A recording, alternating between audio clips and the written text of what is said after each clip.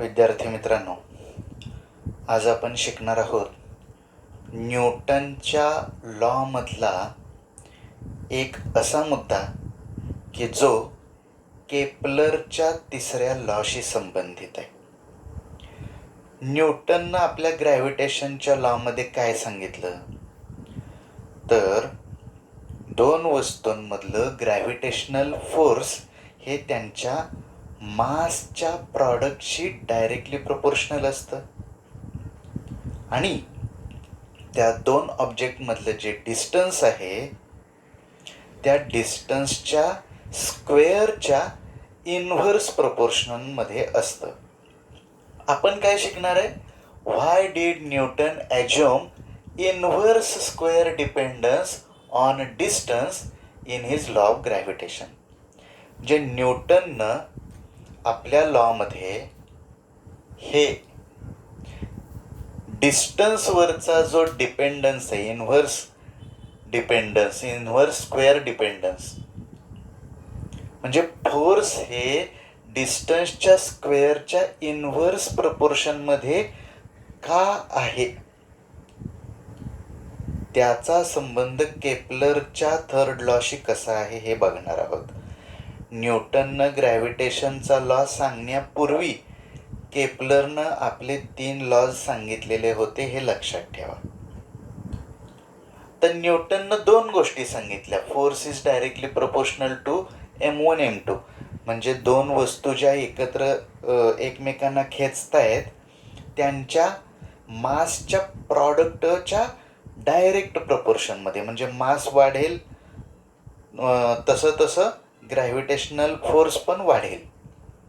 आणि डिस्टन्सच्या स्क्वेअरच्या inverse proportion म्हणजे distance वाढलं की त्या वाढलेल्या डिस्टन्सच्या वर्गाच्या व्यस्त प्रमाणात फोर्स कमी होईल. डिस्टन्स जर डबल झालं तर फोर्स 4 पटीनं कमी होईल, असा त्याचा अर्थ आहे. आपण यासाठी काय करूयात, एक प्लॅनेट इमॅजिन करूयात. हा प्लॅनेट सूर्याभोवती सर्क्युलर ऑर्बिटमध्ये रिव्हॉल्व्ह होतोय असं आपण मानूया. या प्लॅनेटचं मास आपण m मानू. ओके. जेव्हा जेव्हा सर्क्युलर मोशन होत असते तेव्हा सेंटरच्या दिशेनं एक फोर्स ॲक्ट होत असतं आणि ते फोर्स म्हणजे सेंट्रिपेटल फोर्स असतं. या ठिकाणी हे सेंट्रिपेटल फोर्स ग्रॅव्हिटेशनल फोर्सच्या स्वरूपात काम करते. म्हणजे सेंट्रिपेटल फोर्स हे इथं ग्रॅव्हिटेशनल फोर्स हेच आहे. ठीक आहे. सेंट्रिपेटल फोर्सचा एक फिक्स फॉर्म्युला आहे. कोणतीही सर्क्युलर मोशन असू द्यात, त्यात जे सेंट्रिपेटल फोर्स असतं त्याचा फॉर्म्युला फिक्स आहे. तो म्हणजे F = mv²/r. m stands for mass, v म्हणजे स्पीड आहे आणि r म्हणजे रेडियस आहे. जेव्हा जेव्हा सर्क्युलर मोशन होत असते तेव्हा त्या फिरणाऱ्या वस्तूवर सेंटरच्या दिशेनं एक फोर्स काम करत असतं, त्याला म्हणायचं सेंट्रिपेटल फोर्स. त्याचा फॉर्म्युला F = mv²/r असा आहे. आता आपण ह्या सेंट्रिपेटल फोर्सला वेगळ्या स्वरूपात मांडूयात. वेगळ्या स्वरूपात म्हणजे आता बघा, हे F = mv²/r हा तर झाला फॉर्म्युला. v म्हणजे काय आहे, v म्हणजे स्पीड आहे. स्पीडचा फॉर्म्युला काय असतो हे बघा. मी असं म्हणतो, v = डिस्टन्स अपॉन टाइम. बरोबर का. पण आता इथं कोणतं डिस्टन्स आणि कोणता टाइम विचारात घेणार तुम्ही. आपण असं इमॅजिन करू की हा प्लॅनेट एक फेरी पूर्ण करतोय, एक रिव्हॉल्युशन पूर्ण करतोय. मग मला सांगा त्यानं किती अंतर कापलेलं असेल? एका फेरीत कापलेलं अंतर किती असतं? त्याच्या सरकमफरन्स एवढं असतं, बरोबर? म्हणजे या ठिकाणी मी जर एक कंप्लीट रिव्हॉल्युशन इमॅजिन केलं तर त्यावेळी कव्हर झालेलं डिस्टन्स जे असतं ते त्याच्या सरकमफरन्स एवढं म्हणजे 2πr एवढं असतं. आणि तुम्हाला हे माहिती आहे की एक फेरी पूर्ण करण्यासाठी लागलेला कालावधी, ज्याला आपण टाइम पिरियड म्हणतो, तो कॅपिटल टी या लेटरनं दाखवला जातो. केपलरच्या लॉ मध्ये पण आपण शिकलेलो होतो. Capital T is the time period, it is the time required to complete one revolution, बरोबर? आणि 2πr हे काय आहे? हा आहे परिघ, सरकमफरन्स. सरकमफरन्सचा formula 2πr. जेव्हा सर्क्युलर मोशनमध्ये एक कंप्लीट रिव्हॉल्युशन होतं तेव्हा कापलेलं अंतर हे त्याच्या सरकमफरन्स एवढं असतं आणि लागलेला कालावधी हा त्याच्या पिरियड एवढा असतो.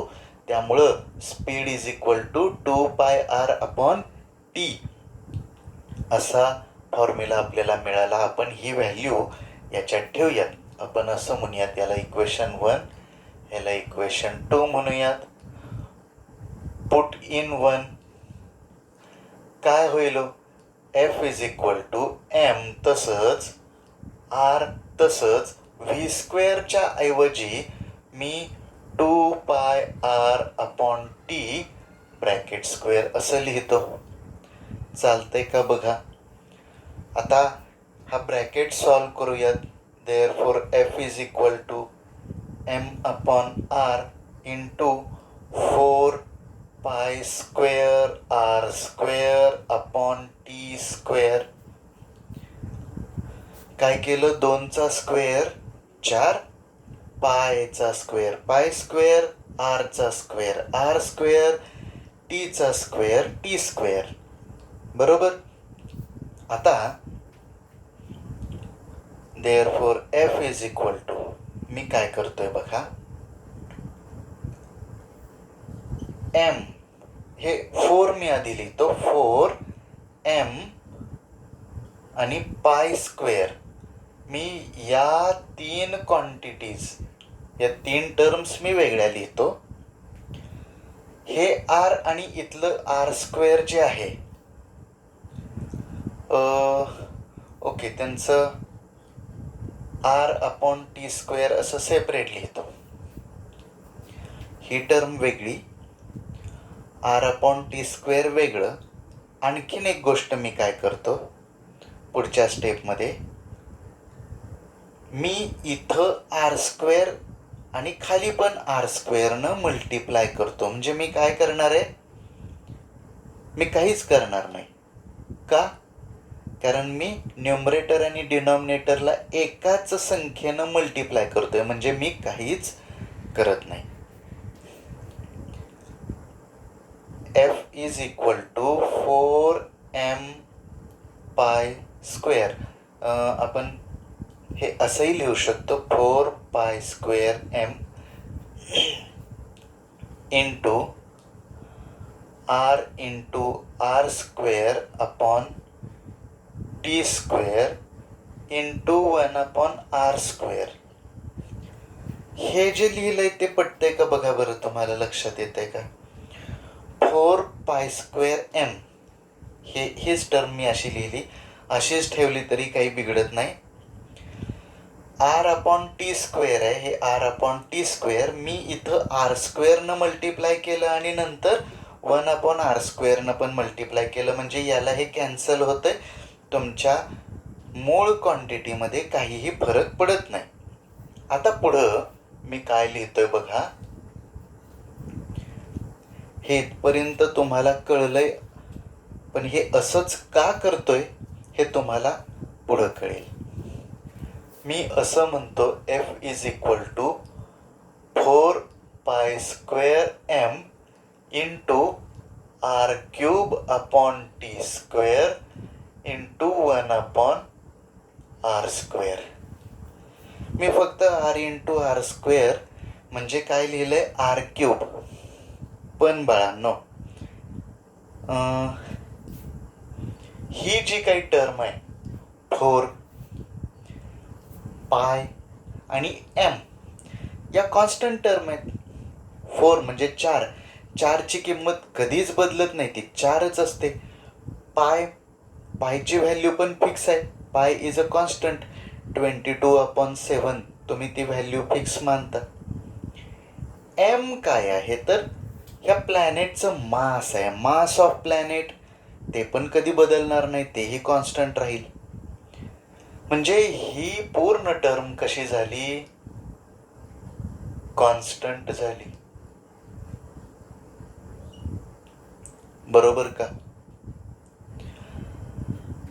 आता या टर्मचा आपण विचार करूयात R cube upon T square, आणि हे नंतर आपण 1/r² तसंच सेपरेट ठेवूयात.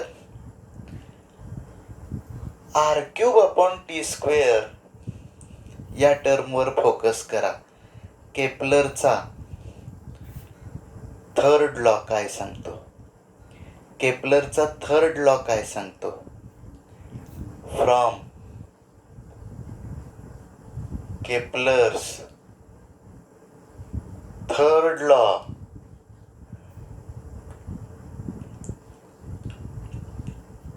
square of period of revolution is directly proportional to cube of, इथं रेडियस म्हणू शकतो आपण, r is the distance between the planet and the sun. इथं आपण हे आर क्यूब घेतलंय, म्हणजे मी असं म्हणू शकतो T square upon R cube is equal to constant. T square upon R cube is equal to constant, पण इथं R cube upon T square आहे, मी डिनॉमिनेटर मध्ये कॉन्स्टंट लिहितो. मग ओके, मी असं लिहितो एफ इज इक्वल टू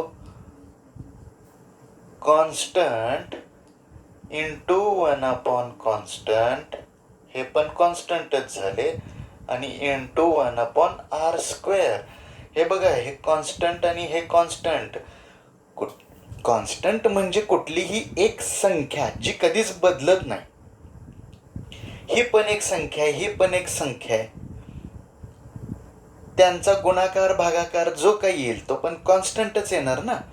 त्यामुळं मी असं म्हणू शकतो F is equal to constant into 1/r². आणि बाळांनो, ही कॉन्स्टंट टर्म गायब करून टाकायची असेल तर इक्वॅलिटी साईन हे कशात कन्वर्ट होतं? प्रपोर्शनॅलिटीमध्ये.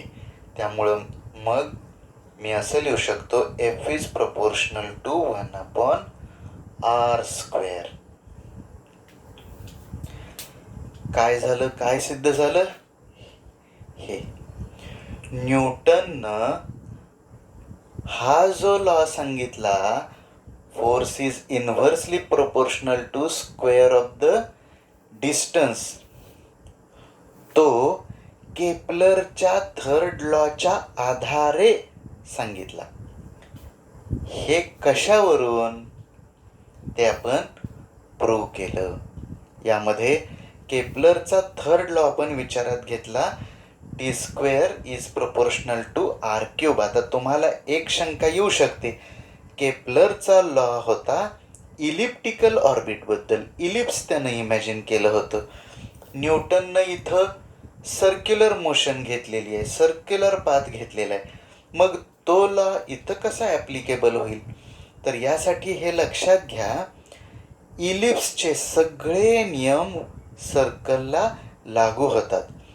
इलिप्सचे जे 2 फोकस असतात, ते दोन्ही फोकस जर एकावर एक आले तर ते सर्कलच होत असतं. लक्षात येतंय? तर ह्या व्हिडिओतून आपल्याला काय कळलंय? न्यूटनच्या ग्रॅव्हिटेशनल फोर्सचा जो काही कन्सेप्ट आहे त्याने जे काही दोन टर्म सांगितल्या ज्याच्यावरती फोर्स अवलंबून आहे, एक म्हणजे प्रॉडक्ट ऑफ मास आणि दुसरं स्क्वेअर ऑफ डिस्टन्सवर अवलंबून होता. पण तो कसा अवलंबून आहे? Inversely proportional. इन्व्हर्सली प्रोपोर्शनल का आहे आणि स्क्वेअरशीच इन्व्हर्स प्रोपोर्शन का आहे याचं प्रूफ आपण या व्हिडिओत बघितलं. यासाठी आपण सेंट्रिपिटल फोर्सचा फॉर्म्युला विचारात घेतला. Centripetal force mv²/r. त्यानंतर आपण v म्हणजे स्पीडचा फॉर्म्युला विचारात घेतला. स्पीड म्हणजे डिस्टन्स अपॉन टाइम असतं. मग आपण काय विचारात घेतलं? सर्क्युलर मोशनमध्ये पूर्ण सर्कल झाल्यानंतर किती डिस्टन्स कव्हर होतं आणि त्याच्यासाठी लागणारा टाइम किती असतो, त्या दोन्ही गोष्टी आपण इथं फॉर्म्युल्यामध्ये लिहिल्या आणि ही व्हॅल्यू आपण सेंट्रिपिटल फोर्सच्या फॉर्म्युल्यात लिहिली. त्यानंतर आपण अशा पद्धतीनं ॲडजस्टमेंट करत गेलो की जेणेकरून आपल्याला ही टर्म मिळेल, r³ ही टर्म मिळेल. आता तुमच्या टेक्स्टबुकमध्ये थोडं वेगळ्या पद्धतीने ॲडजस्टमेंट केलेली असू शकते. मी थोडं सुटसुटीत लिहिलेलं आहे. तुमच्या लक्षात येईल असं प्रत्येक स्टेप मी वेगळी वेगळी मांडलेली आहे.